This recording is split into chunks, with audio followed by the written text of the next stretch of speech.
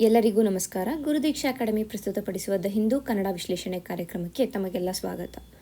ಈ ಒಂದು ವಿಡಿಯೋದಲ್ಲಿ ನಾವು ಈ ದಿನದ ಪ್ರಮುಖ ದಿನಪತ್ರಿಕೆಗಳಲ್ಲಿ ಬಂದಿರುವಂತಹ ಕೆಲವು ಆರ್ಟಿಕಲ್ಸ್ಗಳನ್ನು ನೋಡ್ತೀವಿ. ಆ್ಯಂಡ್ ವಿತ್ ರೆಸ್ಪೆಕ್ಟ್ ಟು ನಮ್ಮ exam point of view important ಆಗಿರುವಂತಹ ಆರ್ಟಿಕಲ್ಸ್ನ ಮಾತ್ರ ನಾವು ನೋಡ್ತಾ ಇದ್ದೀವಿ. ಸೊ ಈಗ ಮೊದಲ ಆರ್ಟಿಕಲ್ನ ನೋಡೋಣ. An ode to joy, Haiti celebrates compas as UNESCO grants heritage status. ನಾವು ನಿನ್ನೆಯ ವಿಡಿಯೋದಲ್ಲಿ ನೋಡಿದ್ವಿ, ನಮ್ಮ ದೀಪಾವಳಿ ಏನಿದೆ, ಭಾರತದ ದೀಪಾವಳಿಯ ಹಬ್ಬ ಏನಿದೆ, ಇದಕ್ಕೂ ಕೂಡ ಯುನೆಸ್ಕೋವ ಇಂಟ್ಯಾಂಜಿಬಲ್ ಕಲ್ಚರಲ್ ಹೆರಿಟೇಜ್ ಸ್ಟೇಟಸನ್ನು ನೀಡಲಾಗಿದೆ. ಸೊ ಅದೇ ರೀತಿಯಾಗಿ ಹೇಟಿ ದೇಶದ ಕಂಪಾಸ್ ಅನ್ನುವಂತಹ ಒಂದು ಮ್ಯೂಸಿಕ್ ಫಾರ್ಮ್ಗೆ ಈ ಒಂದು ಯುನೆಸ್ಕೋವ ಇಂಟ್ಯಾಂಜಿಬಲ್ ಕಲ್ಚರಲ್ ಹೆರಿಟೇಜ್ ಸ್ಟೇಟಸನ್ನು ನೀಡಲಾಗಿದೆ. ಸೊ ಆ ಒಂದು ದೃಷ್ಟಿಯಲ್ಲಿ ಈ article entirely with respect to prelims ನಮಗೆ ಇಂಪಾರ್ಟೆಂಟ್ ಆಗುತ್ತೆ. ಸೊ ಇಲ್ಲಿ ನಮಗೆ ಎರಡು ರೀತಿಯಾಗಿ ಇಂಪಾರ್ಟೆಂಟ್ ಆಗುತ್ತೆ. ಹೇಗೆ ಅಂದರೆ, ಒಂದು ಈ ಕಂಪಾಸ್ ಬಗ್ಗೆ ಗೊತ್ತಿರಬೇಕು, ತದನಂತರ ಏನು ಇಂಟ್ಯಾಂಜಿಬಲ್ ಕಲ್ಚರಲ್ ಹೆರಿಟೇಜ್ ಸ್ಟೇಟಸ್ ಇದೆ ಅದರ ಬಗ್ಗೆ ಗೊತ್ತಿರಬೇಕು. ತದನಂತರ ಏನು ಅಂದರೆ ಹೇಟಿ ಬಗ್ಗೆ ನಮಗೆ ಗೊತ್ತಿರಬೇಕು. ಏಕೆಂದರೆ ಪ್ಲೇಸಸ್ ಇನ್ ನ್ಯೂಸ್ ಅನ್ನುವಂತಹ ಏನು ಟಾಪಿಕ್ ಇದೆ, ಈ ಒಂದು ಟಾಪಿಕಲ್ಲಿ ಹಲವಾರು ಕ್ವೆಶನ್ಸ್ಗಳು ಬರ್ತಾ ಇರುವಂಥ ಕಾರಣ, ಕ್ವೆಶನ್ಸ್ಗಳು ಈ ಒಂದು ಏರಿಯಾದಲ್ಲಿ ಹೆಚ್ಚುತ್ತಾ ಇರುವಂಥ ಕಾರಣ ನಾವು ಹೇಟಿ ಬಗ್ಗೆ ಕೂಡ ಸ್ವಲ್ಪ ಇನ್ಫಾರ್ಮೇಷನನ್ನು ತಿಳ್ಕೊಬೇಕಾಗುತ್ತೆ. ಸೊ ಮೊದಲಿಗೆ ನಾವು ಈಗ ಕಂಪಾಸ್ ಬಗ್ಗೆ ನೋಡೋಣ. ಈಗ ಕಂಪಾಸ್ ಅಂದರೆ ಏನು ಅಂತ ನಾವು ನೋಡಬೇಕಾಗುತ್ತೆ. ಸೊ ಈ ಕಂಪಾಸ್ ಈಗಾಗಲೇ ಹೇಳಿರೋ ಥರ ಈ ಹೇಟಿ ದೇಶ ಏನಿದೆ, ಈ ದೇಶದಲ್ಲಿ ಇರುವಂಥ ಕಾಮನ್ ಮ್ಯೂಸಿಕ್ ಫಾರ್ಮ್ ಆಗಿದೆ. ಇದು it is a common music form. ಇದನ್ನ ನಾವು ಹೇಟಿ ದೇಶಕ್ಕೆ ಹೋದರೆ ಬೀದಿಗಳಲ್ಲಿ, ಮನೆಗಳಲ್ಲಿ, ಬಾರ್ಗಳಲ್ಲಿ ಎಲ್ಲದರಲ್ಲೂ ಈ ಒಂದು ಮ್ಯೂಸಿಕ್ ಏನಿದೆ ಇದು ಕಾಮನ್ ಆಗಿ ಕಾಣಸಿಗುವಂಥ ಮ್ಯೂಸಿಕ್ ಆಗಿದೆ ಅಂತ. ಸೊ ಈ ಒಂದು ಮ್ಯೂಸಿಕ್ ಏನಿದೆ ಇದಕ್ಕೆ ಇಂಟ್ಯಾಂಜಿಬಲ್ ಕಲ್ಚರಲ್ ಹೆರಿಟೇಜ್ ಸ್ಟೇಟಸ್ ಏನು ನೀಡಿದ್ದಾರೆ, ಇದರಿಂದ ಏನಾಗುತ್ತೆ, ಇದು ಗ್ಲೋಬಲಿ ಒಂದು ಕಲ್ಚರಲ್ ಐಕಾನ್ ಆಗಿ ಟರ್ನ್ ಆಗುವಂಥ ಎಲ್ಲ ಸಾಧ್ಯತೆಗಳು ಹೆಚ್ಚಿದೆ ಅಂತ. ಇನ್ನು ಈ ಕಂಪಾಸ್ ಯಾವಾಗ ಒರಿಜಿನೇಟ್ ಆಗಿದ್ದು ಅಂದರೆ 1950s ಈ ಒಂದು ಮ್ಯೂಸಿಕ್ ಸ್ಟೈಲ್ ಏನಿದೆ ಇದು ಮ್ಯೂಸಿಕ್ ಮತ್ತು ಡ್ಯಾನ್ಸ್ ಎರಡೂ ಇದು. ಸೊ ಈ ಒಂದು ಸ್ಟೈಲ್ ಎಮರ್ಜ್ ಆಗಿದ್ದು 1950s. ಸೊ ಈ ಒಂದು ಫಾರ್ಮ್ ಏನಿದೆ ಇದು ಆಫ್ರಿಕಾ ಮತ್ತು ಕೆರಿಬಿಯನ್ ರೀಜನ್ ಏನಿದೆ ಇವೆರಡರ ಒಂದು ಫ್ಯೂಷನ್, ಕೆರಿಬಿಯಾ ಲ್ಯಾಟಿಯನ್ ಸ್ಟೈಲ್ ಏನಿದೆ ಈ ಮೂರರ ಒಂದು ಫ್ಯೂಷನ್ ಫಾರ್ಮ್ ಆಗಿದೆ. ಅಂದರೆ ಈ ಮೂರು ಏನು ಕಲ್ಚರ್ಸ್ ಇದೆ ಈ ಕಲ್ಚರನ್ನು ಒಂದು ಮಿಕ್ಸ್ ಆಗಿ ಈ ಒಂದು ಕಂಪಾಸ್ ಫಾರ್ಮ್ ಎಮರ್ಜ್ ಆಗಿದೆ ಅನ್ನೋದು ನಾವು ತಿಳ್ಕೊಬೇಕಾಗುತ್ತೆ. ತದನಂತರ ಏನು ಹೇಳ್ತಾರೆ ಅಂತಂದರೆ, ಈ ಕಂಪಾಸ್ ಏನಿದೆ ಅಲ್ವಾ ಇದು ಎಲ್ಲ ಜೆಂಡರ್ ಅಂದರೆ ಯಾರೇ ಆಗಲಿ, ಗಂಡಸರಾಗಲಿ ಮಹಿಳೆಯರಾಗಲಿ ಎಲ್ಲರಿಗೂ ಇಷ್ಟ ಆಗುವಂಥದ್ದು, ಮತ್ತು ಎಲ್ಲ ಏಜ್ ಗ್ರೂಪ್ ಅಂದರೆ ಮಕ್ಕಳಿಂದ ಹಿಡಿದು ವಯಸ್ಸಾಗೋವರೆಗೂ ಎಲ್ಲರೂ ಕೂಡ ಈ ಒಂದು ಮ್ಯೂಸಿಕ್ಕನ್ನು ಇಷ್ಟಪಡ್ತಾರೆ. ಆ್ಯಂಡ್ ಎಸ್ಪೆಷಲಿ ಇದನ್ನು ಯಾವಾಗ ಅಂದರೆ ಏನಾದ್ರು ಹಬ್ಬಗಳಿದ್ದಾಗ ಇಲ್ಲ ಫ್ಯಾಮಿಲಿ ಗ್ಯಾದರಿಂಗ್ಗಳಿದ್ದಾಗ ಆಗ ಈ ಒಂದು ಮ್ಯೂಸಿಕ್ಕನ್ನು ಪ್ಲೇ ಮಾಡ್ತಾರೆ ಅಂತ ಕೂಡ ನಮಗೆ ಇಲ್ಲಿ ಒಂದು ಇನ್ಫಾರ್ಮೇಷನ್ ಸಿಗುತ್ತೆ.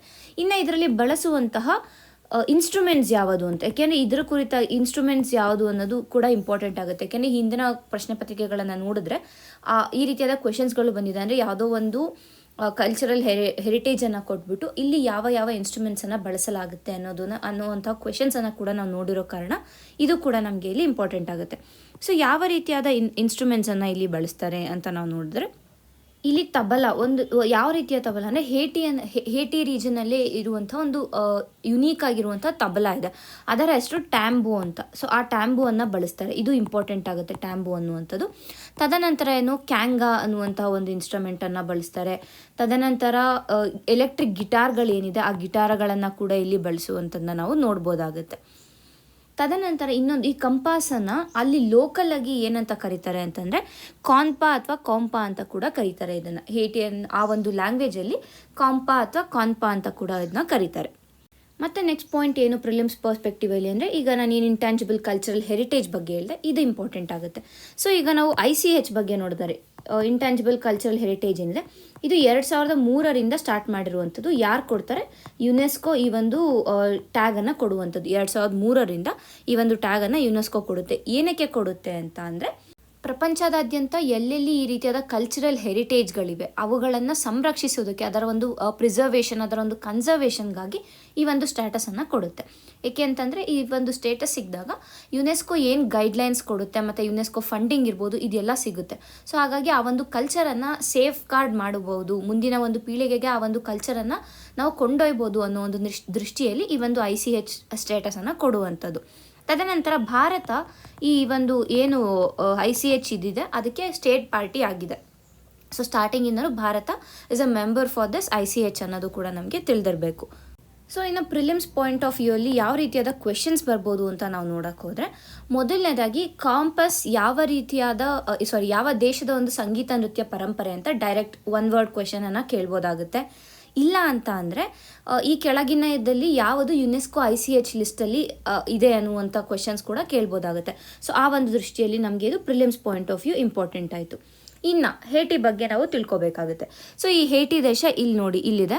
ಸೊ ಇದು ಎಲ್ಲಿ ಬರುತ್ತೆ? ಕೆರಿಬಿಯನ್ ಸಿ ಮತ್ತು ಅಟ್ಲಾಂಟಿಕ್ ಓಷನ್ ಇವೆರಡರ ಮಧ್ಯದಲ್ಲಿ ಇರುವಂಥದ್ದು. So it is part of Caribbean C ಅಂತ ಹೇಳ್ಬೋದು. ಈ ಕೆರಿಬಿಯನ್ನಲ್ಲಿ ಗ್ರೇಟರ್ ಆಂಟಿಲೀಸ್, ಲೆಸರ್ ಆಂಟಿಲೀಸ್ ಅಂತ ಏನಿದೆ ಆ ಒಂದು ರೀಜನಲ್ಲಿ ಬರುವಂತಹ ಒಂದು ದೇಶ. ಆ್ಯಂಡ್ ಕಾಂಟಿನೆಂಟ್ ಯಾವುದಕ್ಕೆ ಸೇರುತ್ತೆ ಅಂದರೆ ನಾರ್ತ್ ಅಮೇರಿಕಾ ಕಾಂಟಿನೆಂಟ್ಗೆ ಇದು ಸೇರುತ್ತೆ. ಮತ್ತು ಇದರ ಕ್ಯಾಪಿಟಲ್ ಬಂದು ಪೋರ್ಟ್ ಆಫ್ ಪ್ರಿನ್ಸ್ ಅನ್ನುವಂಥದ್ದು. ಇಲ್ಲಿ ಯೂಸ್ ಮಾಡುವ ಅಫಿಷಿಯಲ್ ಲ್ಯಾಂಗ್ವೇಜಸ್ ಬಂದು ಒಂದು ಫ್ರೆಂಚ್ ಮತ್ತು ಹೇಟಿಯನ್ ಕ್ರಿಯೋಲ್ ಅನ್ನುವಂಥದ್ದು. ಮತ್ತು ಇದರ ಒಂದು ಕರೆನ್ಸಿ ಬಂದು ಗಾಲ್ಡ್.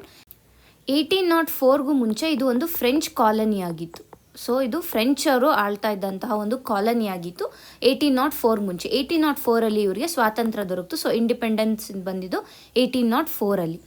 And it is first black republic ಅನ್ನೋದು ಕೂಡ ನಮಗೆ ಇಂಪಾರ್ಟೆಂಟ್ ಆಗುತ್ತೆ. ಈ ರೀತಿಯಾದ ಕ್ವೆಶನ್ಸ್ಗಳು ನಮಗೆ ಇಂಪಾರ್ಟೆಂಟ್ ಆಗುತ್ತೆ.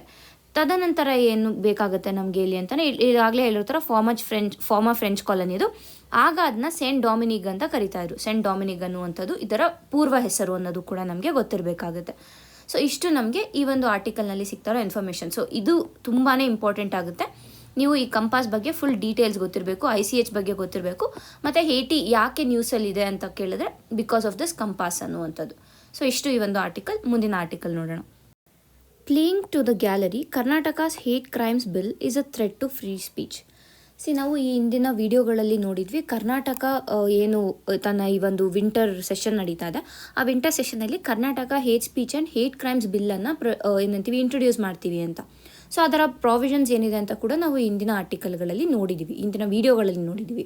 ಸೊ ಇವತ್ತು ನಾವು ಏನು ನೋಡ್ತಾ ಇದ್ದೀವಿ ಅಂದರೆ, ಈ ಒಂದು ಬಿಲ್ ಏನಿದೆ ಇದು ಯಾವ ಎಷ್ಟು ರೀತಿಯಾಗಿ ಇದು ಸರಿ ಇದೆ ಮತ್ತು ಎಷ್ಟು ರೀತಿಯಾಗಿ ಇದು ತಪ್ಪಾಗುತ್ತೆ ಅಂತ.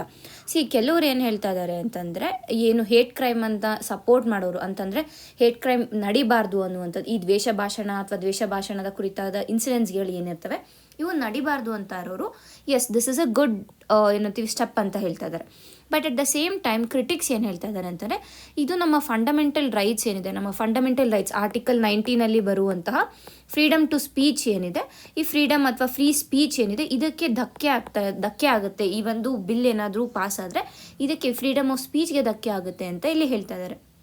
ಸೊ ನಾವು ಆ ಒಂದು ದೃಷ್ಟಿಯಲ್ಲಿ ಈ ಒಂದು ಆರ್ಟಿಕಲ್ನ ನೋಡಬೇಕಾಗುತ್ತೆ. ಯಾವುದೇ ಒಂದು ಬಿಲ್ ಬರಲಿ ಅದಕ್ಕೆ ಪ್ರೋಸ್ ಇರುತ್ತೆ, ಕಾನ್ಸ್ ಇರುತ್ತೆ. ಸೊ ನಾವು ಒಂದು ಆಫೀಸರ್ ಲೆವೆಲ್ಗೆ ಪ್ರಿಪೇರ್ ಆಗುವಾಗ ನಾವು ಎರಡೂ ರೀತಿಯಾಗಿ ಬ್ಯಾಲೆನ್ಸ್ಡಾಗಿ ಯೋಚಿಸಬೇಕಾಗುತ್ತೆ. ಅದರ ಒಂದು ಬೆನಿಫಿಟ್ಸ್ ಏನಿದೆ, ಸಿಟಿಸನ್ಸ್ಗೆ ಎಷ್ಟು ಬೆನಿಫಿಟ್ಸ್ ಆಗುತ್ತೆ ಅದರಿಂದ ಅನ್ನೋದನ್ನು ಯೋಚಿಸಬೇಕು. ಅಟ್ ದ ಸೇಮ್ ಟೈಮ್ ಅದರಿಂದ ಯಾವ ರೀತಿಯಾದ ತೊಂದರೆ ಆಗುತ್ತೆ ಅನ್ನೋದು ಕೂಡ ನಾವು ತಿಳ್ಕೊಂಡಿರಬೇಕಾಗುತ್ತೆ. ಯಾಕೆ ಅಂತಂದರೆ ಆ ತೊಂದರೆಗಳು ಏನಾದರೂ ಆಯಿತು ಅಂತಂದರೆ ಅದಕ್ಕೆ ಬೇಕಾಗಿರುವಂಥ ಸ್ಟೆಪ್ಸನ್ನು ಕೂಡ ನಾವು ರೆಡಿ ಮಾಡ್ಕೊಂಡಿರಬೇಕು. ಅಂದರೆ ಆ ಒಂದು ಏನಾದ್ರು ಪ್ರಾಬ್ಲಮ್ ಇದೆ ಅಂದರೆ ಅಲ್ಲೇ ಸೊಲ್ಯೂಷನ್ನು ಕೂಡ ನಾವು ಹುಡುಕಿಟ್ಕೋಬೇಕಾಗುತ್ತೆ. ಸೊ ಆ ಒಂದು ದೃಷ್ಟಿಯಲ್ಲಿ ನಾವು ಈ ಆರ್ಟಿಕಲ್ನ ನೋಡಬೇಕಾಗುತ್ತೆ. ಈಗಾಗಲೇ ನಾನು ಹೇಳಿರೋ ಥರ ಕರ್ನಾಟಕ ಏನಿದೆ, Karnataka is a first state to bring such a bill.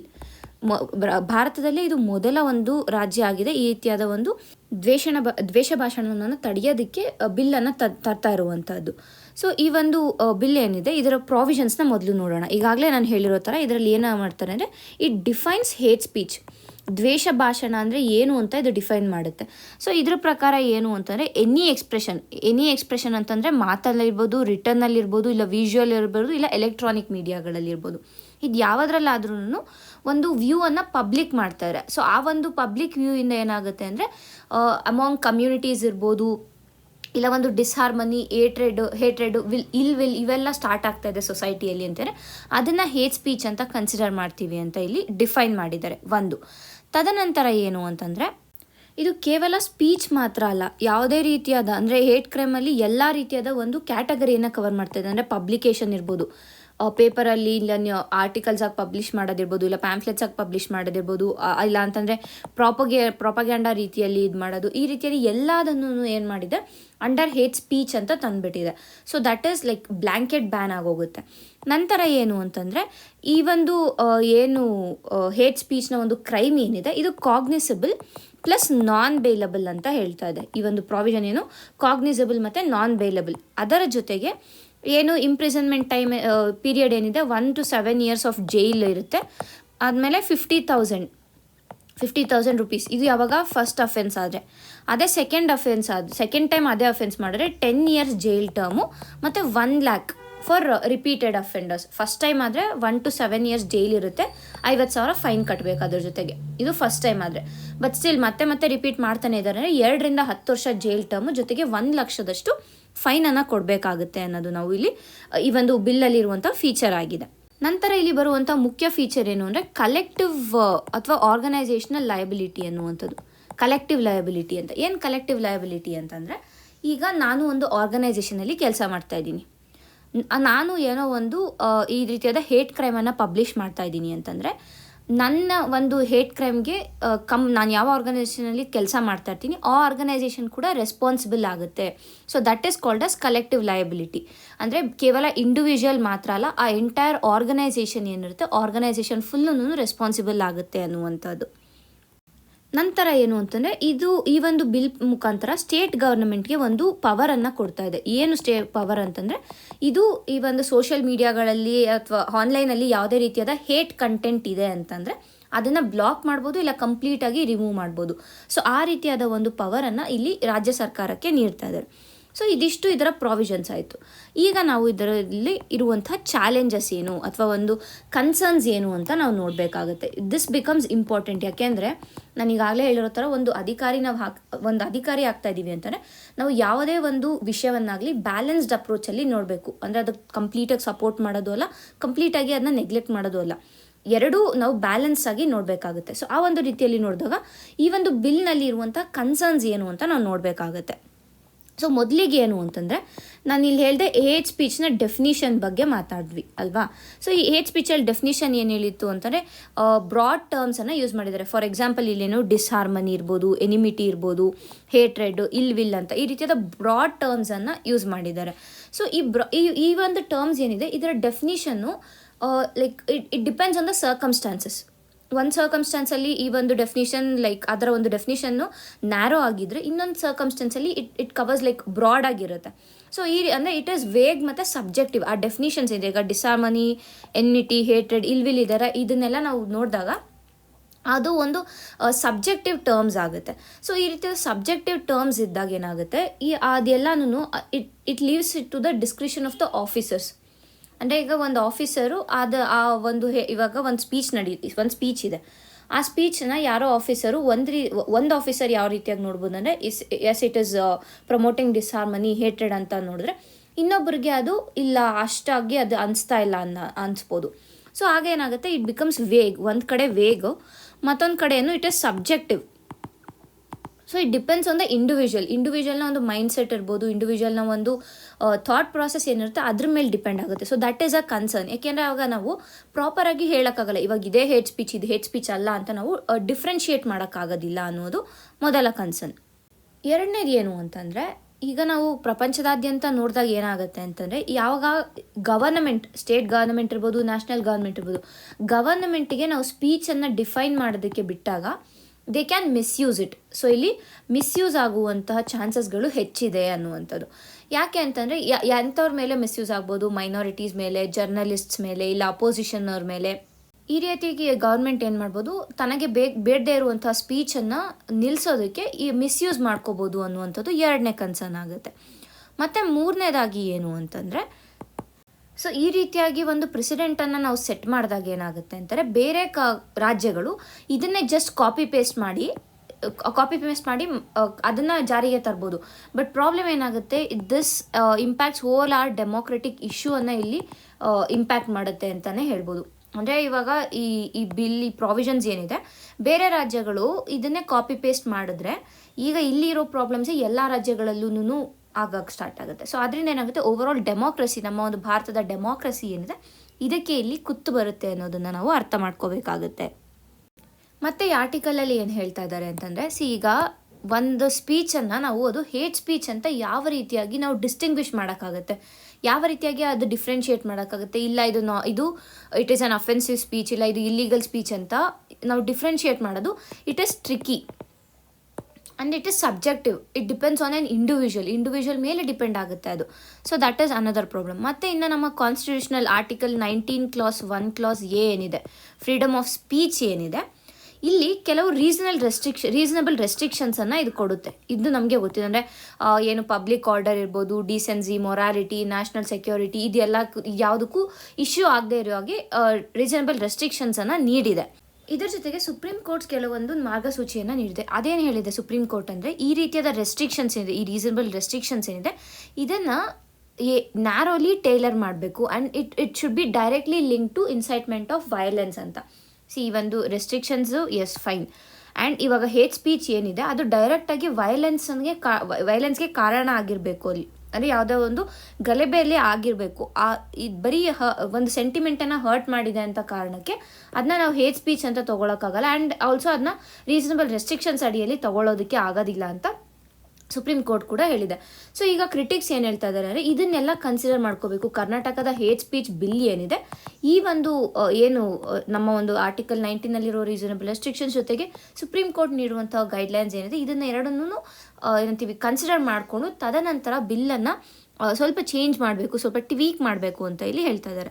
So ಹೀಗಾಗಿ ಏನು ಕರ್ನಾಟಕದ ಹೇಟ್ ಸ್ಪೀಚ್ ಬಿಲ್ ಏನಿದೆ, ಒಂದು ಕಡೆ ಸಾಮಾಜಿಕ ಸಾಮರಸ್ಯ ಇರ್ಬೋದು, ಇಲ್ಲ ಮೈನಾರಿಟಿ ಪ್ರೊಟೆಕ್ಷನ್ ಅನ್ನುವಂಥ ಒಂದು ಉದ್ದೇಶಗಳನ್ನು ಇಟ್ಕೊಂಡ್ರೂ ಕೂಡ ಮತ್ತೊಂದು ಕಡೆ ಏನಾಗ್ತಾ ಇದೆ ಇಲ್ಲಿ ಅಂದರೆ ಸ್ಟೇಟ್ ಓವರ್ ರೀಚ್ ಆಗ್ತಾ ಇದೆ ಅನ್ನುವುದನ್ನು ನಾವು ಕನ್ಸಿಡರ್ ಮಾಡಬೇಕಾಗುತ್ತೆ. ಮತ್ತು ಇಲ್ಲ ಸ್ಪೀಚ್ ಪೊಲೀಸಿಂಗ್ ಅಂತ ಏನು ಕರಿತೀವಿ, ಅಂದರೆ ನಾವು ಏನು ಮಾತಾಡ್ಬೋದು, ಏನು ಮಾತಾಡಬಾರ್ದು ಅನ್ನೋದರ ಒಂದು ಪೊಲೀಸಿಂಗ್ ಮಾಡ್ತಾ ಇದೆ.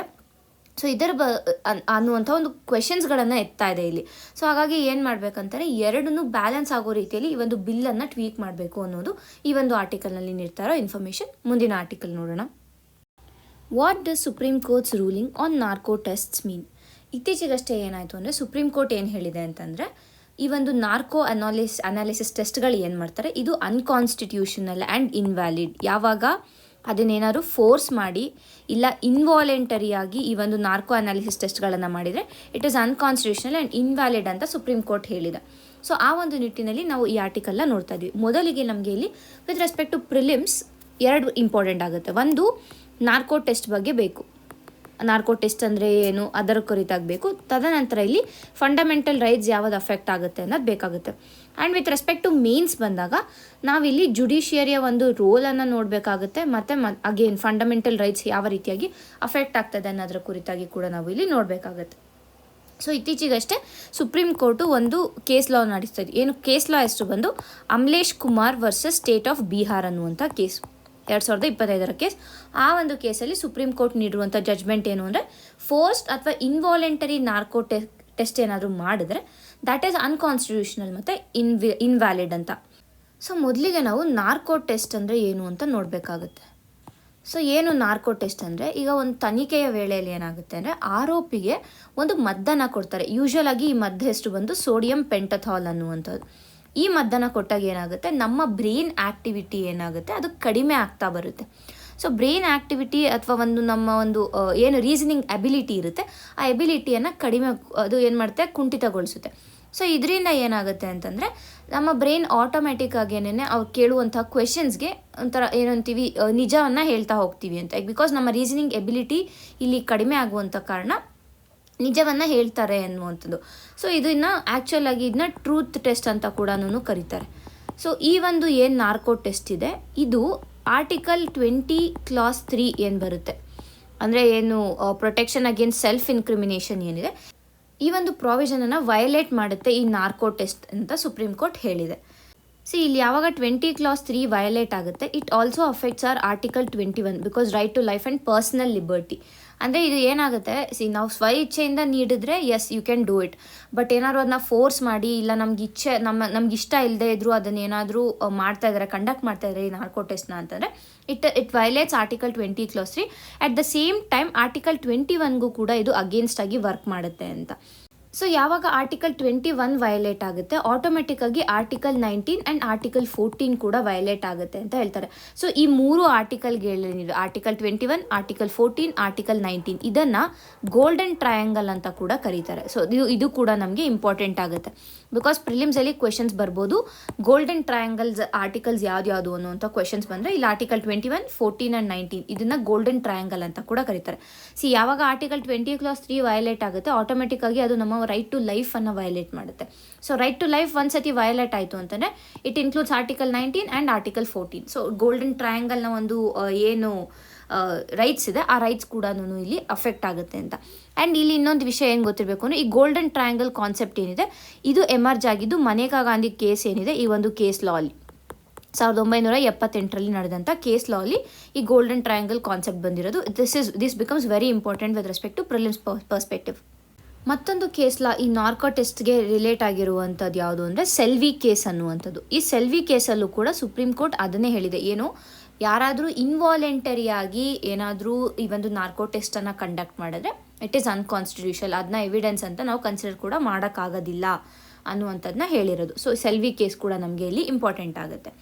ನಂತರ ಏನು ಬೇಕು ಅಂತಂದರೆ, ಸುಪ್ರೀಂ ಕೋರ್ಟ್ ಮತ್ತೆ ಒಂದು ಸ್ಪಷ್ಟೀಕರಣವನ್ನು ನೀಡಿದೆ. ಏನು ಆ ಸ್ಪಷ್ಟೀಕರಣ ಅಂತಂದರೆ, ಈಗ ಯಾರಾದರೂ ಒಂದು ನಾರ್ಕೋ ಟೆಸ್ಟನ್ನು ಸ್ವ ಇಚ್ಛೆಯಿಂದ ನೀಡಿದ್ರೆ, ಅಂದರೆ ವಾಲಂಟರಿಯಾಗಿ ಮಾಡಿದ್ರೆ ಅದನ್ನ ನಾವು ಕಂಪ್ಲೀಟಾಗಿ ನಿರಾಕರಿಸೋದಕ್ಕೆ ಆಗೋದಿಲ್ಲ. ಆದರೆ ಏನು ಮಾಡಬೇಕು ಅಂತಂದರೆ, ಆ ಒಂದು ಏನು ಒಪ್ಪಿಗೆ ಕೊಡ್ತಾರೆ, ಎಸ್ ನೀವು ನನ್ನ ಮೇಲೆ ನಾರ್ಕೋ ಟೆಸ್ಟನ್ನು ಮಾಡ್ಬೋದು ಅಂತ, ಆ ಒಪ್ಪಿಗೆಯನ್ನು ಮ್ಯಾಜಿಸ್ಟ್ರೇಟ್ ಮುಂದೆ ನೀಡಿರಬೇಕಾಗಿರುತ್ತೆ. ಸೊ ಆಗ ಅದನ್ನು ಕನ್ಸಿಡರ್ ಮಾಡ್ತಾರೆ. ತದನಂತರ ಏನು ಅಂದರೆ, ಈ ಒಂದು ನಾರ್ಕೋ ಟೆಸ್ಟ್ ಏನಿದೆ ಪರೀಕ್ಷೆಯ ಆರಂಭ ಹಂತದಲ್ಲಿ ಮಾಡಬಾರ್ದು, ಅಂದರೆ ಇನಿಷಿಯಲ್ ಇನ್ವೆಸ್ಟಿಗೇಷನ್ ಟೈಮಲ್ಲಿ ಮಾಡಬಾರ್ದು. ಬದಲಿಗೆ ಆರೋಪಿ ತನ್ನ ಒಂದು ವಾದವನ್ನು ಮಂಡಿಸ್ತಾ ಇರ್ತಾರಲ್ವ, ತನ್ನ ಒಂದು ಪರ ಸಾಕ್ಷಿಯನ್ನು ಯಾವಾಗ ಮಂಡಿಸ್ತಾ ಇರ್ತಾರೆ ಆ ಟೈಮಲ್ಲಿ ಮಾತ್ರ ಇದನ್ನು ಪ್ರೊಡ್ಯೂಸ್ ಮಾಡ್ಬೋದು ಅಂತ ಅಥವಾ ಉಪಯೋಗಿಸ್ಬೋದು ಅನ್ನೋವಂಥದ್ದು. ತದನಂತರ ಏನು, ಈ ಒಂದು ಪರೀಕ್ಷೆಯ ವಿಡಿಯೋ ರೆಕಾರ್ಡಿಂಗನ್ನು ಮಾಡಬೇಕು. ಮತ್ತು ಏನು ಮೆಡಿಕಲ್ ಪ್ರೊಫೆಷ್ನಲ್ ಅಲ್ಲಿ ಪ್ರೆಸೆಂಟ್ ಇರಬೇಕು, ಆ ರೀತಿಯಾದ ಗೈಡ್ಲೈನ್ಸ್ಗಳಿಂದ ಅದು ಎಲ್ಲದನ್ನು ಫಾಲೋ ಮಾಡಿರಬೇಕು. ಸೊ ಈ ಒಂದು ನಾರ್ಕೋ ಟೆಸ್ಟ್ ವಾಲಂಟರಿ ಆಗಿದ್ರೂ ಕೂಡ ಇದನ್ನ ಎವಿಡೆನ್ಸ್ ಅಂತ ಕನ್ಸಿಡರ್ ಮಾಡೋದಕ್ಕೆ ಈ ಒಂದು ರೂಲ್ಸನ್ನು ಫಾಲೋ ಮಾಡಬೇಕು. ಇದು ಫಸ್ಟ್ ಕ್ಲಾಸು. ಎರಡನೇದಾಗಿ ಏನು ಅಂತಂದರೆ, ಕೇವಲ ಈ ಒಂದು ಎವಿಡೆನ್ಸ್ ಇದ್ದರೆ ಸಾಲೋದಿಲ್ಲ, ಅದಕ್ಕೆ ಆ ಒಂದು ಏನು ಅಂದರೆ ಈ ಒಂದು ನಾರ್ಕೋ ಟೆಸ್ಟ್ನ ಅನಾಲಿಸಿಸ್ ಇದ್ದರೆ ಸಾಲಲ್ಲ. ಬಟ್ ಆ ನಾರ್ಕೋ ಟೆಸ್ಟ್ ಅನಾಲಿಸಿಸ್ ಬೇಸಿಸ್ ಮೇಲೆ ಏನಾದರೂ ವಸ್ತು ಇರ್ಬೋದು, ಇಲ್ಲ ಯಾವುದಾದ್ರೂ ಒಂದು ಆಯುಧ ಇಲ್ಲ ಶವ ಏನಾದರೂ ಒಂದು ಪತ್ತೆ ಆಗಿರಬೇಕು. ಓನ್ಲಿ ದೆನ್ ಅದನ್ನ ಎವಿಡೆನ್ಸ್ ಆ್ಯಕ್ಟ್ ಅಂಡರಲ್ಲಿ ಎವಿಡೆನ್ಸ್ ಅಂತ ಕನ್ಸಿಡರ್ ಮಾಡ್ತೀವಿ. ಸೆಕ್ಷನ್ 27 ಆಫ್ ಎವಿಡೆನ್ಸ್ ಆ್ಯಕ್ಟ್ ಏನಿದೆ ಅದರ ಅಂಡರಲ್ಲಿ ನಾವು ಎವಿಡೆನ್ಸ್ ಅಂತ ಕನ್ಸಿಡರ್ ಮಾಡ್ತೀವಿ. ಏನು ಡೈರೆಕ್ಟ್ ನಾರ್ಕೋ ಟೆಸ್ಟ್ನ ಎವಿಡೆನ್ಸ್ ಅಂತ ಕನ್ಸಿಡರ್ ಮಾಡಲ್ಲ. ಆ ಒಂದು ಟೆಸ್ಟ್ ಬೇಸಿಸ್ ಮೇಲೆ ಈ ಬೇರೆ ಏನಾದರೂ ಒಂದು ಎವಿಡೆನ್ಸ್ ಸಿಕ್ಕಿರಬೇಕು, ಬೇರೆ ಯಾವುದಾದ್ರು ಒಂದು ಆಧಾರ ಸಿಕ್ಕಿರಬೇಕು, ಆಗ ಮಾತ್ರನೇ ಅದನ್ನು ನಾವು ಏನಂತೀವಿ ಎವಿಡೆನ್ಸ್ ಅಂತ ಕನ್ಸಿಡರ್ ಮಾಡ್ತೀವಿ ಅಂತ ಇಲ್ಲಿ ಹೇಳ್ತಾ ಇದ್ದಾರೆ. ಸೊ ಇದಿಷ್ಟು ಆಯಿತು. ಏನೋ ನಮಗೆ ಏನೇನು ಬೇಕು ಪ್ರಿಲಿಮ್ಸ್ ಪಾಯಿಂಟ್ ಆಫ್ ವ್ಯೂ ಅಲ್ಲಿ, ಈ ಗೋಲ್ಡನ್ ಟ್ರಯಾಂಗಲ್ ಬಗ್ಗೆ ಗೊತ್ತಿರಬೇಕು. ನಂತರ ನಾರ್ಕೋ ಟೆಸ್ಟ್ ಯಾವ ಒಂದು ಇದನ್ನು ಯೂಸ್ ಮಾಡ್ತಾರೆ, ಔಷಧಿಯನ್ನು ಯೂಸ್ ಮಾಡ್ತಾರೆ ಅನ್ನೋದು ಗೊತ್ತಿರಬೇಕು. ಮತ್ತು ಇಲ್ಲಿ ಆರ್ಟಿಕಲ್ಸ್ ಯಾವುದು, ಕೇಸ್ ಲಾ ಯಾವುದು ಅಂತ ಗೊತ್ತಿರಬೇಕು. ಮತ್ತು ವಾಲಂಟರಿಯಾಗಿ ಏನಾದರೂ ನಾವು ಒಪ್ಪಿಗೆಯನ್ನು ಕೊಟ್ಟರೆ ಅದಕ್ಕೆ ಬೇಕಾಗಿರುವಂಥ ರೂಲ್ಸ್ ಗೊತ್ತಿರಬೇಕು. ಆ್ಯಂಡ್ ಆಲ್ಸೋ ಅದು ಎವಿಡೆನ್ಸ್ ಆ್ಯಕ್ಟ್ ಅಂಡರಲ್ಲಿ ಡೈರೆಕ್ಟಾಗಿ ಎವಿಡೆನ್ಸ್ ಅಂತ ಆಕ್ಸೆಪ್ಟ್ ಮಾಡಲ್ಲ ಅನ್ನೋದು ಕೂಡ ನಮಗೆ ತಿಳಿದಿರಬೇಕಾಗುತ್ತೆ. ಸೊ ಇಷ್ಟು ನಮಗೆ ಈ ಒಂದು ಆರ್ಟಿಕಲ್ನಲ್ಲಿ ಸಿಗ್ತಾರೋ ಇನ್ಫಾರ್ಮೇಷನ್. ಮುಂದಿನ ಆರ್ಟಿಕಲ್ ನೋಡೋಣ. Is the falling rupee a cause for alarm. ನಾವು ಇಂದಿನ ವಿಡಿಯೋಗಳಲ್ಲಿ ನೋಡಿದ್ವಿ, ಏನು ನಮ್ಮ ಒಂದು ಭಾರತದ ರುಪಿ ಏನಿದೆ $1 it has become around 89.9 something. So ಅಪ್ರಾಕ್ಸಿಮೇಟಾಗಿ 90 ರೂಪೀಸ್ ಅಂತ ನಾವು ಹೇಳೋಣ. ಸೊ ಈ ಒಂದು ಪ್ರಾಸೆಸನ್ನು ನಾವು ಡೆಪ್ರಿಸಿಯೇಷನ್ ಅಂತ ಕರಿತೀವಿ. ಸೊ ಈ ಒಂದು ಆರ್ಟಿಕಲ್ನಲ್ಲಿ ಏನು ಮಾತಾಡ್ತಾ ಇದ್ದಾರೆ ಅಂದರೆ, ಈ ಒಂದು ಏನು ರುಪಿಯ ಮೌಲ್ಯ ಏನು ಕುಸಿತವಾಗಿದೆ, ಸೊ ಇದರಿಂದ ಯಾವ ರೀತಿಯಾಗಿ ಭಾರತದ ಒಂದು ಇಕಾನಮಿ ಮೇಲೆ ಅಥವಾ ಭಾರತದ ಒಂದು ನಾಗರಿಕರ ಮೇಲೆ ಪರಿಣಾಮ ಬೀಳುತ್ತೆ.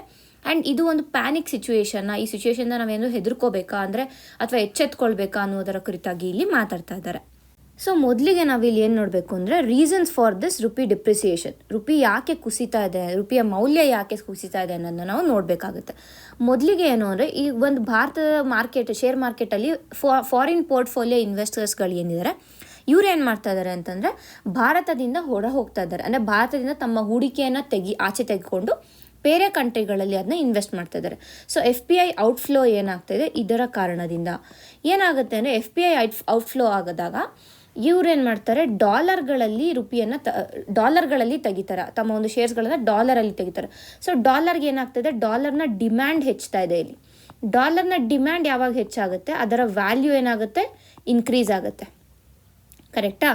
ಯಾವುದೇ ಒಂದು ಕಮಾಡಿಟಿ, ಯಾವುದೇ ಒಂದು ವಸ್ತು ಇದೆ ಅಂದರೆ ಅದರ ಡಿಮ್ಯಾಂಡ್ ಹೆಚ್ಚಾದಂತೆ ಅದರ ವ್ಯಾಲ್ಯೂ ಕೂಡ ಹೆಚ್ಚಾಗುತ್ತೆ. ಯಾಕೆಂದರೆ ಅದರ ಸಪ್ಲೈ ಕಡಿಮೆ ಆಗ್ತಾ ಇರುತ್ತೆ. ಸೊ ಆಗ ಏನಾಗುತ್ತೆ, ವ್ಯಾಲ್ಯೂ ಹೆಚ್ಚಾಗುತ್ತೆ.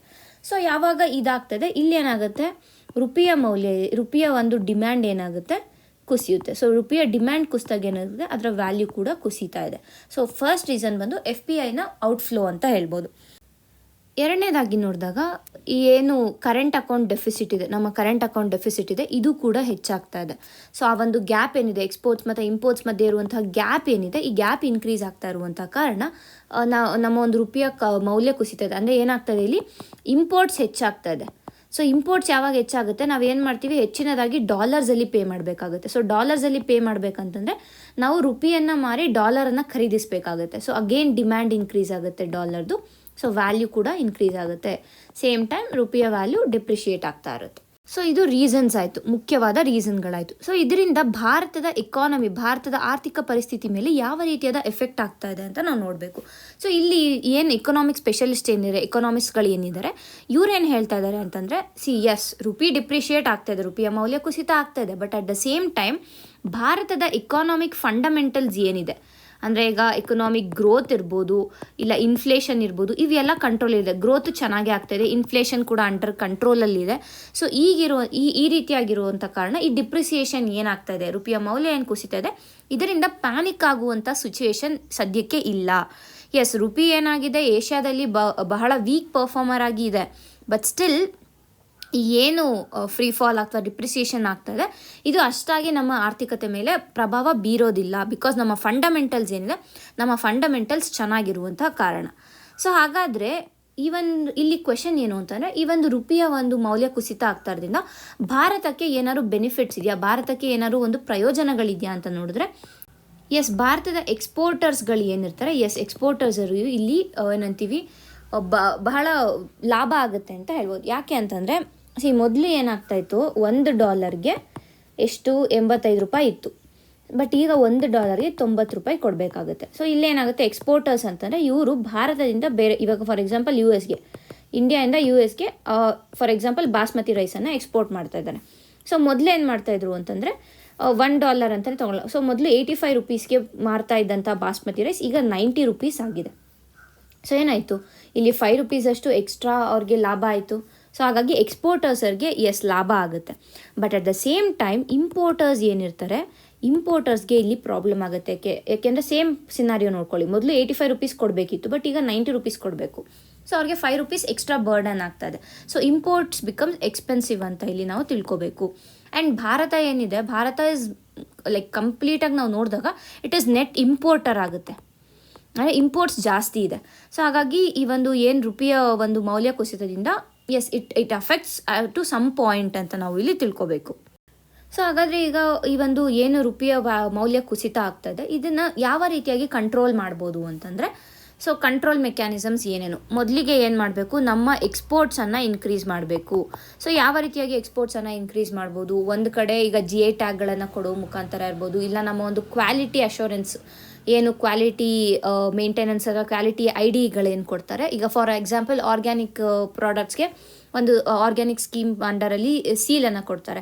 ಸೊ ಆ ರೀತಿಯಾದ ಒಂದು ರೆಕಗ್ನಿಷನನ್ನು ಕೊಡೋ ಮುಖಾಂತರ ಏನಾಗುತ್ತೆ, ಆ ಒಂದು ಪ್ರಾಡಕ್ಟ್ನ ಕ್ವಾಲಿಟಿ ಎನ್ಶೋರ್ ಮಾಡ್ಬೋದು. ಸೊ ಅದರಿಂದ ಏನು ಮಾಡ್ಬೋದು ಅಂತಂದರೆ ಎಕ್ಸ್ಪೋರ್ಟ್ಸನ್ನು ಇನ್ಕ್ರೀಸ್ ಮಾಡ್ಬೋದು. ಮತ್ತು ಎರಡನೇದಾಗಿ ಏನು ಅಂತಾರೆ, ಇಂಪೋರ್ಟ್ಸನ್ನು ರೆಡ್ಯೂಸ್ ಮಾಡುವಂಥದ್ದು. ಈ ಏನು ನಮ್ಮ Atmanirbhar Bharat, made in India concept ಇದೆ, ಇದನ್ನು ಪ್ರಮೋಟ್ ಮಾಡೋದು, ಟೆಕ್ನಾಲಜಿ ಟ್ರಾನ್ಸ್ಫರನ್ನು ಪ್ರಮೋಟ್ ಮಾಡೋದು, ಇವುಗಳ ಮುಖಾಂತರ. ಮೂರನೇದಾಗಿ ಏನು ಅಂದರೆ RBI ಇಂಟರ್ವೆನ್ಷನ್.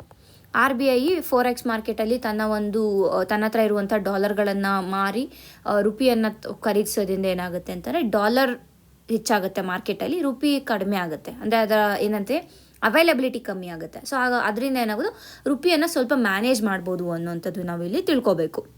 ಸೊ ಇದು ನಮಗೆ with respect to prelims important ಆಗುತ್ತೆ. ಅಂದರೆ ಯಾವ ರೀತಿಯಾಗಿ ರುಪಿ ಡಿಪ್ರಿಸಿಯೇಷನ್ ಏನಿದೆ, ರುಪಿ ಡಿಪ್ರಿಸಿಯೇಷನ್ ಯಾವ ರೀತಿಯಾಗಿ ಅಫೆಕ್ಟ್ ಆಗುತ್ತೆ, ಇದರ ಒಂದು ಎಫೆಕ್ಟ್ಗಳು ಏನು ಅನ್ನೋದು ಬೇಕು. ತದನಂತರ ಯಾರಿಗೆ ಅಫೆಕ್ಟ್ ಆಗುತ್ತೆ, who is more affected with all this ಅನ್ನೋದು ನಮಗೆ ಇಂಪಾರ್ಟೆಂಟ್ ಆಗುತ್ತೆ. ಆ್ಯಂಡ್ ಆಲ್ಸೋ ಇಲ್ಲಿ ಫ್ಯಾಕ್ಟರ್ಸ್ ಫಾರ್ ರುಪಿ ಡಿಪ್ರಿಸಿಯೇಷನ್ ಏನಿದೆ ಅದು ಕೂಡ ಇಂಪಾರ್ಟೆಂಟ್ ಆಗುತ್ತೆ. ಫ್ಯಾಕ್ಟರ್ಸ್ ರೆಸ್ಪಾನ್ಸಿಬಲ್ ಕೂಡ ಇಂಪಾರ್ಟೆಂಟ್ ಆಗುತ್ತೆ with respect to prelims point of view ನಾವು ನೋಡಿದಾಗ. ಸೊ ಇಷ್ಟು ನಮಗೆ ಈ ಒಂದು ಆರ್ಟಿಕಲ್ನಲ್ಲಿ ಸಿಗ್ತಾ ಇರೋ ಇನ್ಫಾರ್ಮೇಷನ್. ಮುಂದಿನ ಆರ್ಟಿಕಲ್ ನೋಡೋಣ. Why human rating matters as India prepares for Gaganyaan. ಈ ಒಂದು article prelims point of view ಅಲ್ಲಿ ಮತ್ತು ಮೇನ್ಸ್ ಎರಡು ಇಂಪಾರ್ಟೆಂಟ್ ಆಗುತ್ತೆ. ಪ್ರಿಲಿಮ್ಸ್ ಪಾಯಿಂಟ್ ಆಫ್ ವ್ಯೂ ಅಲ್ಲಿ ಬಂದಾಗ ಒಂದು ಗಗನ್ಯಾನ್ ಮಿಷನ್ ಬಗ್ಗೆ ನಮಗೆ ಗೊತ್ತಿರಬೇಕು, ಮತ್ತು ಇಲ್ಲ ಅವ್ರು ಆಲ್ರೆಡಿ ಹೇಳಿರ್ತಾರೆ ಹ್ಯೂಮನ್ ರೇಟಿಂಗ್ ಅನ್ನುವಂಥ ಒಂದು ಕಾನ್ಸೆಪ್ಟ್ ಕೂಡ ನಮಗೆ ಗೊತ್ತಿರಬೇಕಾಗುತ್ತೆ. ಇನ್ನು ವಿತ್ ರೆಸ್ಪೆಕ್ಟ್ ಟು ಮೀನ್ಸ್ ನಾವು ನೋಡೋಕೆ ಹೋದರೆ entirely with respect to science and tech point of view ಅಲ್ಲಿ ಗಗನ್ಯಾನ್ ಮಿಷನ್ ಬಗ್ಗೆ ಕ್ವೆಶನ್ಸನ್ನು ಕೇಳ್ಬೋದು. ಅಂದರೆ ಅದರ ಬೆನಿಫಿಟ್ಸ್ ಇರ್ಬೋದು, ಇಲ್ಲ ಅದರಲ್ಲಿರುವಂಥ ಟೆಕ್ನಾಲಜಿ ಬಗ್ಗೆ ಇರ್ಬೋದು, ಈ ರೀತಿಯಾದ ಕ್ವೆಶನ್ಸನ್ನು ನಾವು ಮೀನ್ಸಲ್ಲಿ ಎಕ್ಸ್ಪೆಕ್ಟ್ ಮಾಡ್ಬೋದಾಗುತ್ತೆ. ಮೊದಲಿಗೆ ನಾವು ಗಗನ್ಯಾನ್ ಮಿಷನ್ ಬಗ್ಗೆ ನೋಡ್ಬಿಡೋಣ. ಸೊ ಗಗನ್ಯಾನ್ ಮಿಷನ್ ಏನಿದೆ India's first manned flight to space, ಇದೆಲ್ಲ ನಮಗೆ ಗೊತ್ತಾಯಿದೆ. ತದನಂತರ ಈ ಒಂದು ಪ್ರಾಜೆಕ್ಟನ್ನು ಫಸ್ಟ್ ಅಪ್ರೂವ್ ಮಾಡಿದ್ದು 2018ರಲ್ಲಿ ಅಪ್ರೂವ್ ಮಾಡಿದ್ದು. 2022ರಿಂದ 2024 ಅವಧಿಯಲ್ಲಿ ಈ ಒಂದು ಮಿಷನ್ಗೆ ಬೇಕಾಗಿರುವಂಥ ಬೇರೆ ಬೇರೆ ಟೆಸ್ಟ್ಗಳು, ಈಗ ಕ್ರೂ ಮಾಡೆಲ್ ಇರ್ಬೋದು, ಎಸ್ಕೇಪ್ ಮಾಡ್ಯೂಲ್ ಇರ್ಬೋದು, ಇವುಗಳ ವಿಧವಾದ ಟೆಸ್ಟ್ಗಳು ಏನಿದೆ ಈ ಟೆಸ್ಟ್ಗಳನ್ನು ಇಸ್ರೋ ಕಂಡಕ್ಟ್ ಮಾಡಿಕೊಂಡೇ ಬಂದಿದೆ. ಸೊ ಎಲ್ಲ ಇದುವರೆಗೂ ಸಕ್ಸಸ್ ಆಗಿದೆ. ಆ್ಯಂಡ್ ಈ ಒಂದು ಏನು ಗಗನ್ಯಾನ್ ಮಿಷನ್ ಇದೆ ಇದನ್ನು ಲಾಂಚ್ ಮಾಡುವಂಥದ್ದು GSLV Mach 3 ಅನ್ನುವಂಥ ಒಂದು ರಾಕೆಟ್ ಏನಿದೆ ಆ ರಾಕೆಟ್ ಅಡಿಯಲ್ಲಿ. ಇದರ ಎಂಟೈರ್ ಕಾಸ್ಟ್ ಬಂದು ಅಪ್ರಾಕ್ಸಿಮೇಟಾಗಿ ಒಂದು 10,000 ಕೋಟಿ ಅಂತ ನಾವು ತಿಳ್ಕೊಬೇಕು. ತದನಂತರ ಏನು ಅಂತಂದರೆ ಆ್ಯಕ್ಚುಲ್ ಆಗಿ ಗಗನ್ಯಾನ್ ಮಿಷನಲ್ಲಿ ಮನುಷ್ಯರನ್ನ ಕಳಿಸೋದಕ್ಕೆ ಮೊದಲು ಈ ವ್ಯೋಮ್ನಾಥ್ಸ್ ಅನ್ನುವಂಥ ಒಂದು ಆಸ್ಟ್ರೋನಾಟ್ಸನ್ನು ಕಳಿಸ್ತೀವಿ. ಸೊ ದಟ್ ಏನದು ಇಟ್ ಈಸ್ ರೋಬೋಟ್ಗಳನ್ನು ಕಳಿಸಿ ನಾವು ಈ ಒಂದು ಟೆಸ್ಟ್ ಏನಿದೆ ಗಗನ್ ಮಿಷನ್ ಏನಿದೆ ಅದು ಸಕ್ಸಸ್ ಆಗುತ್ತಾ ಅಂತ ಟೆಸ್ಟ್ ಮಾಡ್ತೀವಿ ಅನ್ನೋದನ್ನು ಕೂಡ ಇಲ್ಲಿ ಇಸ್ರೋ ಹೇಳಿದೆ. ಆ್ಯಂಡ್ ಈ ಒಂದು ಎಂಟೈರ್ ಮಿಷನಲ್ಲಿ ಭಾರತ ಏನಾದರೂ ಸಕ್ಸಸ್ ಆಯಿತು ಅಂತಂದರೆ India will become the 4th country after Russia, US and China to send humans to space. So ಭಾರತ 4ನೇ ದೇಶ ಆಗುತ್ತೆ ಮಾನವರನ್ನು ಸ್ಪೇಸ್ಗೆ ಕಳಿಸುವಂಥದ್ರಲ್ಲಿ. ಸೊ ಇದರ ಮುಖ್ಯ ಆಬ್ಜೆಕ್ಟಿವ್ ಏನು ಅಂತಂದರೆ ಒಂದು ಟೆಕ್ನಾಲಜಿ ಡೆಮಾನ್ಸ್ಟ್ರೇಷನ್. ಭಾರತದ ಒಂದು ಟೆಕ್ನಾಲಜಿ, ಸ್ಪೇಸ್ ಟೆಕ್ನಾಲಜಿ ಏನಿದೆ ಬೇರೆ ದೇಶಗಳಿಗಿಂತ ಕಡಿಮೆ ಇಲ್ಲ ಅನ್ನುವಂಥದ್ದನ್ನು ತೋರಿಸೋದಕ್ಕೆ ಇರ್ಬೋದು. ಮತ್ತು ನಮ್ಮ ಒಂದು ನ್ಯಾಷನಲ್ ಏರೋಸ್ಪೇಸ್ ಇನ್ಫ್ರಾಸ್ಟ್ರಕ್ಚರ್ ಮತ್ತು R&D ಏನಿದೆ ಅದನ್ನು ಸ್ಟ್ರೆಂಥನ್ ಮಾಡೋದಕ್ಕೆ. ತದನಂತರ ಈ ಸ್ಟೆಮ್ ಫೀಲ್ಡ್ಸ್ಗಳು ಏನಿದೆ ಈ ಸ್ಟೆಮ್ ಫೀಲ್ಡ್ಸ್ಗಳಲ್ಲಿ ಏನು ಹೈ ಸ್ಕಿಲ್ ಜಾಬ್ಸ್ಗಳೇನಿದೆ ಆ ಒಂದು ಜಾಬ್ಸ್ಗಳನ್ನು ಜನರೇಟ್ ಮಾಡುವುದು ಕೂಡ ಇದರ ಒಂದು ಆಬ್ಜೆಕ್ಟಿವ್ ಆಗಿದೆ. ನಂತರ ನಾನು ಇಲ್ಲಿ ಹೇಳಿದೆ ಫಸ್ಟ್ ಮ್ಯಾನ್ಡ್ ಫ್ಲೈಟ್ ಅಂತ. ಸೊ ಫಸ್ಟ್ ಮ್ಯಾನ್ಡ್ ಫ್ಲೈಟ್ ಅಂದರೆ ಈ ಒಂದು ಏನು ಆಸ್ಟ್ರೋನಾಟ್ಸ್ ಇರ್ತಾರೆ 3 ಜನ ಆಸ್ಟ್ರೋನಾಟ್ಸನ್ನು ನಮ್ಮ ಲೋ ಅರ್ತ್ ಆರ್ಬಿಟ್ ಏನಿದೆ ಸುಮಾರು 400 ಕಿಲೋಮೀಟರ್ ದೂರದಲ್ಲಿರುವಂಥ ಲೋ ಅರ್ತ್ ಆರ್ಬಿಟ್ಗೆ ಇವರನ್ನ ಕರ್ಕೊಂಡು ಹೋಗ್ತಾರೆ.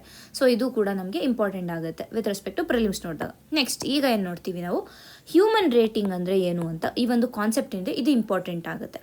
ಸೊ ಏನು ಹ್ಯೂಮನ್ ರೇಟಿಂಗ್ ಅಂದರೆ ಈಗ ನಮ್ಮ ಒಂದು ರಾಕೆಟ್ ಏನು ಈಗ ನಾನಿಲ್ಲ GSLV Mach 3 ಇದನ್ನ ನಾವೇನಂತ ಕರಿತೀವಿ LVM-3 ರಾಕೆಟ್ ಅಂತ ಕೂಡ ಇದನ್ನ ಕರಿತೀವಿ. ಸೊ ಈ LVM-3 ರಾಕೆಟ್ ಏನಿದೆ ಇದು ಮಾನವರನ್ನು ಬಾಹ್ಯಾಕಾಶಕ್ಕೆ ಕರ್ಕೊಂಡು ಹೋಗೋದಕ್ಕೆ ಸುರಕ್ಷಿತವಾದಂಥ ರಾಕೆಟ್ ಅಂತ ಒಂದು ಸರ್ಟಿಫಿಕೇಷನನ್ನು ಕೊಡ್ತಾರೆ, ಒಂದು ಪ್ರಮಾಣ ಪತ್ರವನ್ನು ಕೊಡ್ತಾರೆ. So that entire process is called as human rating ಅನ್ನುವಂಥದ್ದು. ಸೊ ಇಲ್ಲಿ ರಾಕೆಟ್ ಅಂತ ಬಂದಾಗ ಅದರೊಳಗಡೆ ಒಂದು ಲಾಂಚ್ ವೆಹಿಕಲ್ ಇನ್ಕ್ಲೂಡ್ ಆಗುತ್ತೆ, ಕ್ರೂ ಮಾಡ್ಯೂಲ್ ಇನ್ಕ್ಲೂಡ್ ಆಗುತ್ತೆ, ಮತ್ತು ಲೈಫ್ ಸಪೋರ್ಟ್ ಸಿಸ್ಟಮ್ ಇರ್ಬೋದು, ಅಬಾರ್ಡ್ ಸಿಸ್ಟಮ್ ಇರ್ಬೋದು, ಈ ಎಲ್ಲ ಸಿಸ್ಟಮ್ಗಳು ಇನ್ಕ್ಲೂಡ್ ಆಗುತ್ತೆ.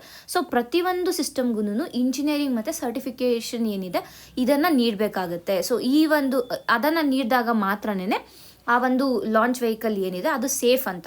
ಸೊ ಈ ಒಂದು ಸರ್ಟಿಫಿಕೇಷನ್ ಪ್ರಾಸೆಸ್ ಏನಿದೆ ಇದನ್ನ ಹ್ಯೂಮನ್ ರೇಟಿಂಗ್ ಅಂತ ಇಲ್ಲಿ ನಾವು ಕರಿತೀವಿ.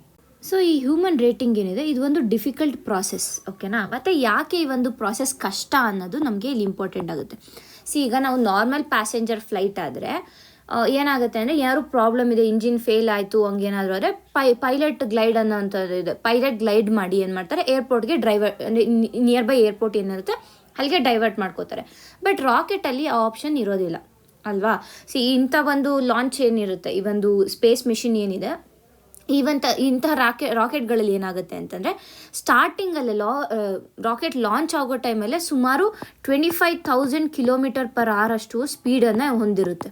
ಸೊ ಆ ಸ್ಪೀಡನ್ನು ಕಂಟ್ರೋಲ್ ಮಾಡೋದು ಕಷ್ಟ ಆಗುತ್ತೆ. ಮತ್ತು ಅದರ ಜೊತೆಗೆ ಹ್ಯೂಜ್ ಕಂಪ್ರೆಷನನ್ನು ನಾವು ನೋಡ್ಬೋದಾಗುತ್ತೆ. ರಾಕೆಟ್ ಲಾಂಚ್ ಆಗ್ತಾಯಿದೆ ಅಂದರೆ ಅಲ್ಲಿ ಕಂಪ್ರೆಷನ್ ಕೂಡ ಜಾಸ್ತಿ ಇರುತ್ತೆ, ವೈಬ್ರೇಷನ್ಸ್ ಜಾಸ್ತಿ ಇರುತ್ತೆ, ವ್ಯಾಕ್ಯೂಮ್ ಪ್ರೆಷರ್ ಇರುತ್ತೆ. ಸೊ ಇದೆಲ್ಲದನ್ನು ಮೇಂಟೈನ್ ಮಾಡಬೇಕು. ಸೊ ಇಂಥ ಒಂದು ಟೈಮಲ್ಲಿ ಏನೋ ಸಣ್ಣ ಮಿಸ್ಟೇಕ್ ಆದರೂ ಕೂಡ ಆ ರಾಕೆಟನ್ನು ನಾವು ಉಳಿಸೋದು ಏನಿರುತ್ತೆ ಅಥವಾ ಆ ರಾಕೆಟ್ ಏನೇ ಒಂದು ಮಿಸ್ಟೇಕ್ ಆದರೂ ಅಲ್ಲಿ ಒಂದು ಕೆಟಾಸ್ಟ್ರಾಫಿಕ್ ಇನ್ಸಿಡೆಂಟ್ ಆಗುವಂಥ ಚಾನ್ಸಸ್ಗಳು ಹೆಚ್ಚಿರುತ್ತೆ. ಈಗಾಗಲೇ ನಾರ್ಮಲ್ ಪ್ಯಾಸೆಂಜರ್ ಫ್ಲೈಟ್ ಹೇಳಿದೆ, ಅದನ್ನ ಹೆಂಗೋ ಡೈವರ್ಟ್ ಮಾಡಿ ನಾವು ಇಳಿಸ್ತೀವಿ ಅಂತ ಅನ್ಬೋದು. ಬಟ್ ಆ ರೀತಿಯಾದ ಎಮರ್ಜೆನ್ಸಿ ಆಪ್ಷನ್ ಏನಾಗುತ್ತೆ ಅದು ನಮ್ಮ ರಾಕೆಟ್ಗಳಲ್ಲಿ ಇರೋದಿಲ್ಲ. ಸೊ ಆದ್ದರಿಂದ ಏನಾಗುತ್ತೆ, ಹ್ಯೂಮನ್ ರೇಟಿಂಗ್ ಏನಿದೆ ಇದು ಬಹಳನೇ ಇಂಪಾರ್ಟೆಂಟ್ ಆಗುತ್ತೆ. ಯಾಕೆ ಅಂತಂದರೆ ಯಾವುದೇ ರೀತಿಯಾದ ಒಂದು ಫೇಲ್ಯೂರ್ಗಳನ್ನು ನಾವು ಅನುಭವಿಸ್ಬಾರ್ದು. ಬಿಕಾಸ್ ಲೈಫ್ ಆಫ್ ಪೀಪಲ್ ಅಲ್ಲಿ ಡಿಪೆಂಡ್ ಆಗಿರುತ್ತೆ. ಅಲ್ಲಿ ಹೋಗ್ತಾ ಇರೋ ಆಸ್ಟ್ರೋನಾಟ್ಸ್ಗಳ ಒಂದು ಜೀವ ಅಲ್ಲಿ ಇರುವಂಥ ಕಾರಣ ಏನು ಈ ಒಂದು ಹ್ಯೂಮನ್ ರೇಟಿಂಗ್ ಇದೆ, ಇಟ್ ಬಿಕಮ್ಸ್ ಆ ಒಂದು ಪ್ರಾಸೆಸ್ ಏನಿದೆ ಆ ಪ್ರಾಸೆಸ್ ಈಸ್ ಡಿಫಿಕಲ್ಟ್ ಅನ್ನೋದನ್ನು ನಾವು ತಿಳ್ಕೋಬೇಕು. ಈಗ ನಾವು ಪ್ರಪಂಚದಲ್ಲಿ ನೋಡಿದ್ರೆ ಕೆಲವು ರಾಕೆಟ್ಗಳನ್ನ ಮಾತ್ರ ಹ್ಯೂಮನ್ ರೇಟೆಡ್ ಆಗಿದೆ. ಸೊ ಯಾವ ಲಾಂಚ್ ವೆಹಿಕಲ್ಸು ಅಂತಂದರೆ ರಷ್ಯಾದ ಸೋಯಿಸ್ 2 ಕ್ಯಾಪ್ಸಲ್ ಏನಿದೆ ಅದು, ಚೈನಾದ ಲಾಂಗ್ ಮಾರ್ಚ್ 2F, ಮತ್ತು ಸ್ಪೇಸ್ ಎಕ್ಸ್ನ ಫಾಲ್ಕನ್ 9 ಏನಿದೆ, ಈ ಎಲ್ಲ ಲಾಂಚ್ ವೆಹಿಕಲ್ಸ್ ಏನಿದೆ ಇವು ಹ್ಯೂಮನ್ ರೇಟೆಡ್ ಆಗಿದೆ ಅನ್ನೋದನ್ನು ನಾವು ತಿಳ್ಕೊಬೇಕಾಗುತ್ತೆ. ತದನಂತರ ಯಾವ ಏಜೆನ್ಸಿ ಹ್ಯೂಮನ್ ರೇಟಿಂಗ್ ಸರ್ಟಿಫಿಕೇಟ್ಸನ್ನು ನೀಡುತ್ತೆ ಅಂತಂದರೆ NASA grants the final human rating certificate. ಏಕೆಂದರೆ ನಾಸಾ ಪ್ರಪಂಚದಲ್ಲೇ ಒಂಥರ ಏನಂತೀವಿ, it is a good agency for space. So ಅದೇನು ಮಾಡುತ್ತೆ, ಎಲ್ಲ ಟೆಸ್ಟ್ಗಳನ್ನು ಕಂಡಕ್ಟ್ ಮಾಡಿ ಅದು ಹ್ಯೂಮನ್ ರೇಟಿಂಗ್ ಸರ್ಟಿಫಿಕೇಟ್ಗಳನ್ನು ನೀಡುತ್ತೆ. ಯಾವ ಒಂದು ಇದಕ್ಕೆ ನೀಡುತ್ತೆ ಅಂತ ಅಂದರೆ ಸ್ಪೇಸ್ ಎಕ್ಸ್ ಅಂದರೆ ಏನು ಕಮರ್ಷಿಯಲ್ ಮಿಷನ್ಗಳಿರುತ್ತೆ, ನಾಸಾ ಆಸ್ಟ್ರೋನಾಟ್ಸ್ ಎಲ್ಲೆಲ್ಲಿ ಇನ್ವಾಲ್ವ್ ಆಗಿರ್ತಾರೆ ಅಂತಹ ಒಂದು ಇದಕ್ಕೆ ನಾಸಾ ಗ್ರ್ಯಾಂಟ್ ಮಾಡುತ್ತೆ. ಇನ್ನು ಚೈನಾಗೆ ನಾವು ಹೋದರೆ ಚೈನಾದಲ್ಲಿ ಆದಂಥ ಲಾಂಗ್ ಮಾರ್ಚ್ 2F ಏನಿದೆ ಅದಕ್ಕೆ ಚೈನಾ ಮ್ಯಾನ್ ಸ್ಪೇಸ್ ಏಜೆನ್ಸಿ ಏನಿದೆ ಅದು ಏನು ಹ್ಯೂಮನ್ ರೇಟಿಂಗ್ ಸರ್ಟಿಫಿಕೇಟನ್ನು ನೀಡಿದ್ದಿರ್ಬೋದು. ಇನ್ನು ರಷ್ಯಾಗೆ ಬಂದರೆ ರಾಸ್ಕಾಸ್ಮಾಸ್ ಏನಿದೆ ಅದು ನೀಡುತ್ತೆ. ಇನ್ನು ಭಾರತದ ಗಗನಯಾನ್ಗೆ ಯೂಸ್ ಮಾಡ್ತಾ ಇರುವಂಥ LVMಗೂ ಕೂಡ ಇಸ್ರೋ ಈಗ ಏನು ಹ್ಯೂಮನ್ ರೇಟಿಂಗ್ ಟೆಸ್ಟ್ಗಳು ನಡಿಬೇಕು ಅದು ನಡೆಸ್ತಾ ಇದೆ. ಆ್ಯಂಡ್ ಒನ್ಸ್ ಅದಕ್ಕೆ ಸರ್ಟಿಫೈ ಆಯಿತು ಅಂದರೆ ಅದನ್ನ HLVM-3 ಅಂತ ಕೂಡ ನಾವು ಕರಿತೀವಿ. ಸೊ ಹಾಗಾದರೆ ಗಗನಯಾನ್ಗಾಗಿ ಈ LVM-3 ರಾಕೆಟ್ ಅಥವಾ ಲಾಂಚ್ ವೆಹಿಕಲ್ ಏನಿದೆ ಇದನ್ನು ಏನೇನು ಚೇಂಜ್ ಮಾಡಿದ್ದಾರೆ ಅಂತ ನಾವು ನೋಡಿದ್ರೆ, ಒಂದು ಕ್ರೂ ಎಸ್ಕೇಪ್ ಮಾಡ್ಯೂಲನ್ನು ಚೇಂಜ್ ಮಾಡಿರುವಂಥದ್ದು. ಅಂದರೆ ಯಾವುದೇ ಒಂದು ತುರ್ತು ಸನ್ನಿವೇಶ ಬಂದರೆ ಲಾಂಚ್ ಟೈಮಲ್ಲಿ ಈ ಒಂದು ಕ್ರೂ ಮಾಡೆಲ್ನ ಕೆಲವೇ ಸೆಕೆಂಡ್ಗಳಲ್ಲಿ ರಾಕೆಟ್ನಿಂದ ದೂರ ಎಳೆಯುತ್ತೆ ಈ ಕ್ರೂ ಎಸ್ಕೇಪ್ ಮಾಡ್ಯೂಲು. ಅಂದರೆ ಲಾಂಚ್ ವೆಹಿಕಲ್ ಏನಾದರೂ ಪ್ರಾಬ್ಲಮ್ ಇತ್ತು ಅಂತಂದರೆ ಈ ಕ್ರೂ ಎಸ್ಕೇಪ್ ಮಾಡ್ಯೂಲ್ ಏನಾಗುತ್ತೆ, ಡಿಟ್ಯಾಚ್ ಆಗಿಬಿಡುತ್ತೆ ರಾಕೆಟಿಂದ. ಮತ್ತು ಎರಡನೇದಾಗಿ ಕ್ರಯೋಜೆನಿಕ್ ಇಂಜಿನ್ 20 ಇದಕ್ಕೆ ಕೂಡ ಹ್ಯೂಮನ್ ರೇಟಿಂಗನ್ನು ನೀಡ್ತಾ ಇದ್ದಾರೆ. ತದನಂತರ ಕೆಲವು ಸ್ಟ್ರಕ್ಚರಲ್ ಚೇಂಜಸನ್ನು ಮಾಡಿದ್ದಾರೆ. ಫಾರ್ ಎಕ್ಸಾಂಪಲ್ ವೈಬ್ರೇಷನ್ಸ್ ಇರ್ಬೋದು, ಜಿಲೋಡ್ ಕ್ರೂಗಳಿಗೆ ಸೇಫ್ಟಿ ಲಿಮಿಟನ್ನು ಚೇಂಜ್ ಮಾಡೋದಿರ್ಬೋದು, ಅದನ್ನು ಮಾಡಿದ್ದಾರೆ. ತದನಂತರ ಕ್ರೂ ಮಾಡ್ಯೂಲು ಭೂಮಿಗೆ ಮರಳುವಾಗ ಈ ಒಂದು ಪ್ಯಾರಾಶೂಟ್ ಸಿಸ್ಟಮ್ ಏನಿರುತ್ತೆ ಅವುಗಳಲ್ಲಿ ಹಲವಾರು ಚೇಂಜಸ್ಗಳನ್ನು ಮಾಡಿರೋದಿರ್ಬೋದು. ಸೊ ದಟ್ ಇದೆಲ್ಲ ಚೇಂಜಸನ್ನು ಮಾಡಿ LVM-3ನ ಹ್ಯೂಮನ್ ಫ್ಲೈಟ್ಗೆ ರೆಡಿ ಆಗೋ ಥರ ಮಾಡಿದ್ದಾರೆ. ಸೊ ಈ ಎಲ್ಲ ಒಂದು ಸಿಸ್ಟಮ್ಗಳಿಂದ ಇವಾಗೆಲ್ಲರೂ ಈ ಒಂದು ಹ್ಯೂಮನ್ ರೇಟಿಂಗನ್ನು ನೀಡ್ತಾ ಇದ್ದಾರೆ ಅನ್ನೋದು ನಾವು ತಿಳ್ಕೊಬೇಕು. ಸೊ ಒಟ್ಟಾರೆಯಾಗಿ ನಾವಿಲ್ಲಿ ಏನು ಅರ್ಥ ಮಾಡ್ಕೋಬೇಕು ಅಂದರೆ, ಒಂದು ಕಡೆ ಗಗನಯಾನ್ ಓಕೆ, ಹ್ಯೂಮನ್ ರೇಟಿಂಗ್ ಏನು ಅಂದರೆ ಅರ್ಥ ಆಯಿತು. ಬಟ್ ಇದೆಲ್ಲದಿಂದ ಏನು ನಾವು ತಿಳ್ಕೊಳ್ತಾ ಇದ್ದೀವಿ ಅಂತಂದರೆ, ಇಸ್ರೋ ಕೇವಲ ಒಂದು ಮ್ಯಾಂಡ್ ಮಿಷನ್ ಬಗ್ಗೆ ಮಾತ್ರ ಪ್ಲ್ಯಾನ್ ಮಾಡ್ತಾ ಇಲ್ಲ. ತನ್ನ ಒಂದು ಟೆಕ್ನಾಲಜಿಯನ್ನು, ತನ್ನ ಒಂದು ಲಾಂಚ್ ವೆಹಿಕಲ್ನ ಯಾವ ರೀತಿಯಾಗಿ ಅಪ್ಗ್ರೇಡ್ ಮಾಡಬೇಕು ಸೋ ದ್ಯಾಟ್ ಹ್ಯೂಮನ್ ರೇಟಿಂಗ್ ಅನ್ನುವಂಥ ಒಂದು ಅತ್ಯುನ್ನತ ಮಟ್ಟದ ಸುರಕ್ಷತೆಯನ್ನು ನಾವು ಒದಗಿಸ್ಬೋದು. ಸೊ ಅಲ್ಲೇನೋ at the same time technology demonstration ಬಗ್ಗೆ ಕೂಡ ಇಸ್ರೋ ಇಲ್ಲಿ ಕಾಳಜಿ ವಹಿಸ್ತಾ ಇದೆ. ಆಲ್ಸೋ ಹ್ಯೂಮನ್ ಸೇಫ್ಟಿ ಬಗ್ಗೆ ಕೂಡ ಇಲ್ಲಿ ಕಾಳಜಿ ವಹಿಸ್ತಾ ಇದೆ. ಇದು ಎಲ್ಲ ಅಂದ್ರಿಂದ ಏನಾಗುತ್ತೆ ಅಂದರೆ ನಮ್ಮ ಒಂದು ಭಾರತದ ಸ್ಪೇಸ್ ಟೆಕ್ನಾಲಜಿಗೆ ಒಂದು ಕ್ವಾಲಿಟೇಟಿವ್ ಜಂಪ್ ಸಿಗುತ್ತೆ ಅನ್ನುವಂಥದ್ದು ನಾವು ಇಲ್ಲಿ ಅರ್ಥ ಮಾಡ್ಕೋಬೇಕು. ಸೊ ಇಷ್ಟು ಈ ಒಂದು ಆರ್ಟಿಕಲ್ನಲ್ಲಿ ಸಿಗ್ತಾ ಇರೋ ಇನ್ಫಾರ್ಮೇಷನ್. ಇಷ್ಟು ಈ ದಿನದ ಆರ್ಟಿಕಲ್ಗಳಾಗಿವೆ. ಧನ್ಯವಾದಗಳು.